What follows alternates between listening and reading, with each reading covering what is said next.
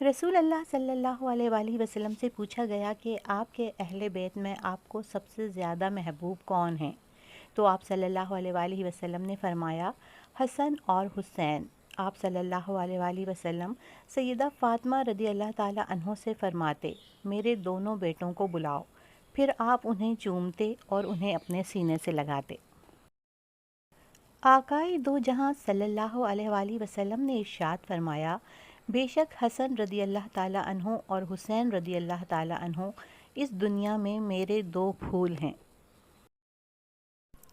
آقائے دو جہاں صلی اللہ علیہ وآلہ وسلم نے ارشاد فرمایا حسین رضی اللہ تعالیٰ عنہ مجھ سے ہیں اور میں حسین رضی اللہ تعالیٰ عنہ سے ہوں۔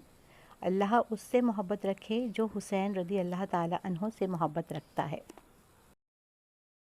رسول اللہ صلی اللہ علیہ وآلہ وسلم نے ارشاد فرمایا اے اللہ میں اس حسین رضی اللہ تعالیٰ عنہ سے محبت کرتا ہوں، تو بھی حسین رضی اللہ تعالیٰ عنہ سے محبت فرما۔